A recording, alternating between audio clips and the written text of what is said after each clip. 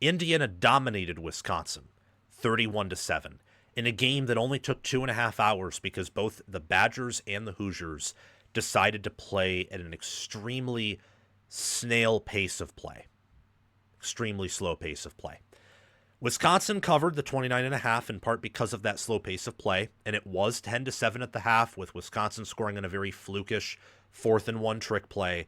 But Indiana then proceeded to outscore the Badgers 21-0 in the second half, limiting them on the ground, dominating them through the air.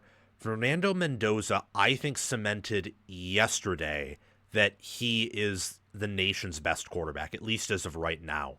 What he did, 22 of 24 with 4 touchdowns, averaging 12.5 yards per pass attempt. He had negative 24 rushing yards because Wisconsin got 5 sacks, which that is one of Indiana's problems, is without Drew Evans on that offensive line, with Khalil Benson a little bit iffy. Their pass protection is definitely subpar. But Mendoza, despite all of that, played pretty well. 91.5 QBR. Some of the sacks were his fault. That's an area where, for example, I think Julian Sayin is ahead of him in. But what he was able to do without Surratt in this game, returning home, connecting with Charlie Becker, who had over 100 receiving yards and a touchdown with a long of 48, I thought that was pretty impressive. And Indiana themselves did really control this game and dominate it. I was impressed in part, especially in the second half. I know it is just Wisconsin. Wisconsin's bad. But it's similar to Ohio State playing UCLA or Oregon playing Minnesota. I don't care that you play terrible opponents. If you look the way you do against those awful opponents, well, I'm going to give you praise, because very few teams, as we saw yesterday, can pull that off. I know South Carolina, for example, is more talented than Wisconsin, but to lead 30-3 at the half against A&M is an indictment on A&M in a certain way. Wisconsin had 168 total yards, under 100 rushing yards, under 100 passing yards. Indiana had 2 takeaways. Wisconsin had 8 first downs to Indiana's 19. Both teams only had 1 penalty, so a very disciplined game from both Luke Fickell and Curt Cignetti on the penalty front. That's good. Wisconsin was 2 of 2 on 4th down. They had 5 sacks to Indiana's 2, but Indiana had a 7-minute possession advantage, and they had 6 tackles for loss, excluding sacks. Wisconsin only had 2. So Hoosiers played better on the D-line, on the O-line. They were just the better team overall, so even with some sloppiness, even with them holding out some players due to injury and really limiting that pace there. I mean, they only had 62 total plays in this game. Only had 62 of them. And a few of them went to the backups. Like Kobe Martin had 9 carries. Alberto Mendoza had a carry. He had a pass attempt. I mean, they made a really good effort of making sure that they got up by enough to win comfortably and to, get everyone warmed up, entering the bye, but then taking them out, making sure that Mendoza wasn't getting hit too much. After that 5th sack, they kept him out for the rest of the game, and maybe they should have brought him out earlier, subbed him out earlier. But I'm not a coach, so I'm not going to criticize that move. What I loved about Wisconsin is that they have not quit, clearly. They're still fighting for Fickell. They're still trying. You could tell that they had created some scripted drives, some plays in practice for this game. And on one of them, that 45-yard pass to Lance Mason, Carter Smith was able to connect, and they were able to execute. Everyone, including myself, and clearly Indiana's coaches, thought that was probably going to be a run. Wisconsin played it perfectly. What I love about Indiana more so is that the Hoosiers are the ultimate kings of second-half adjustments. They have one of the best quarterbacks, if not the best quarterback in America. They did not run the ball incredibly well, but if you do what the NFL does and take out sacks from the rushing yards, they still broke 100 against Wisconsin, which is pretty hard to do. Washington couldn't really do that. Ohio State had a tough time doing that. Oregon pretty easily did, but Oregon's rushing offense, as we've discussed, is just different. Indiana was able to do that even with Keelan Black being a little bit questionable. Hemby had a good day. This channel will make you a college football expert and help you enjoy watching games and make more accurate predictions. So what are you waiting for? Like, subscribe, ring the notification bell, comment your thoughts, and watch the video all the way through so that you can get the full package. And check the description and pinned comment for more ways to help yourself and this channel. It's just an impressive effort by one of the best teams in America against a Big Ten team that you just gotta get through, win comfortably against, limit the game, and move on again. Very similar to what Ohio State is doing, what Oregon did against Wisconsin and against Minnesota on Friday night. It's what the great teams do.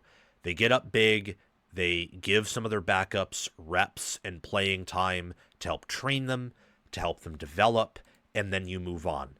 Indiana needed that bye. We'll talk about why in a few seconds here, but let's quickly discuss Wisconsin. Losing to Indiana here, and then losing to Oregon, to Ohio State, to Iowa, Michigan, Maryland, Alabama. This team is probably better than their record suggests. They're a Walmart version, I would say, of 2023 Iowa. Not as good defensively. They're just as bad offensively, if not, you could maybe even say worse, and they've played a much tougher schedule. So consequently, they're 3-7, 1-6, instead of, Iowa. I think at that point in the year, was 8-2 and 6-1. No, they were 8-2 and 5-2 in Big Ten play in 2023. Wisconsin has a chance to either beat Illinois or beat Minnesota on the road. They could win one of those games. Two of them, with their style of play, I don't think so. But one of them, they could win, and I would say you need that. Going 3-9, 1-7, and then saying, well, we don't have the resources, and that's why we're keeping you, that's not good enough. Illinois and Minnesota are average teams, Minnesota especially, in the FBS. Illinois is an above average to good FBS team. Beat one of those teams, that will give even more confidence entering the preseason. And even then, it's a wait and see, honestly. The only positive about Wisconsin right now is their defensive front is really good. Gideon Ayatuka, he's healthy, thankfully. He's a good running back, and your team isn't quit. That's it. There's no positives outside of him. Maybe Carter Smith if he develops offensively. There isn't much. And then defensively, your secondary is still a problem. I know Indiana and Ohio State have really good passing attacks, but Michigan was able to get things going there. Alabama was. Maryland was. Oregon probably would have, if not for some interesting things that happened in that game. There needs to be more than just going 3-9 and beating a Washington team that struggles against strong fronts in order to inspire confidence for Badger fans next year. I know the schedule's easier. I know they'll probably invest in the portal, but you're not going to outspend some of these top dogs, and you aren't out recruiting them either. So there needs to be internal changes to the staff, the approach, to the development, not just the portal investment if this is going to work out with Luke Fickell. As for Indiana, what else can I say? They're 11-0, they're 8-0, they're entering a much-needed bye after playing 6 straight games. Oregon, Michigan State, UCLA, Maryland, Penn State, and Wisconsin. Drew Evans, it sounds like he'll be back at least by the college football playoff. We'll see. Good thing it's not a definitive season-ending injury. Maybe Kellen Wyatt could come back. We do know that Aiden Fisher is healthy. We know that Elijah Surratt, they're being cautious with him, and you can see how important he is to the offense. It helps that Charlie Becker has emerged as a very reliable wide receiver. So now you have Omar Cooper Jr., E.J. Williams, Surratt when healthy, and Becker.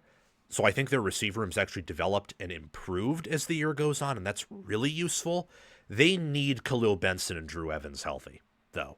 A healthy Indiana offense is probably the best in America outside of maybe Georgia with what it wants to do.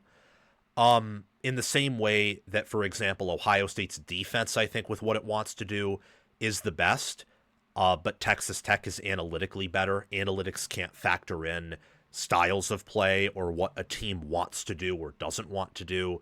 They have some troubles with that. You need some human input there to read in between the lines. And I think if you use human input, Indiana's offense is probably underrated. Maybe Indiana's defense at the end of the year could be that top tier defense. I think it is underrated depth. I think it's ridiculously good. We'll have to wait and see, though. The season is far from over. This was the case in the 14 playoff. This is the case even in the BCS era.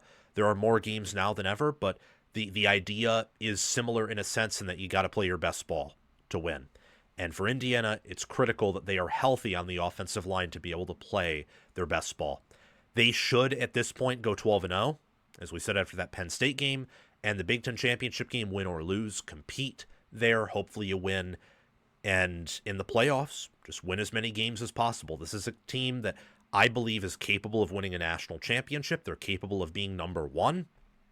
A win here is a win. And now you get to rest over the bye and plan for the future. Thank you for watching. It's my mission on College Football with Sam to make you the most informed, knowledgeable, and entertained fan as possible. We aren't perfect, but we hit the nail on the head more often than we hit our thumb with the hammer. Make sure to like, subscribe, ring the notification bell, comment, and if you're here, you've probably already watched the whole video. So thank you for doing those things.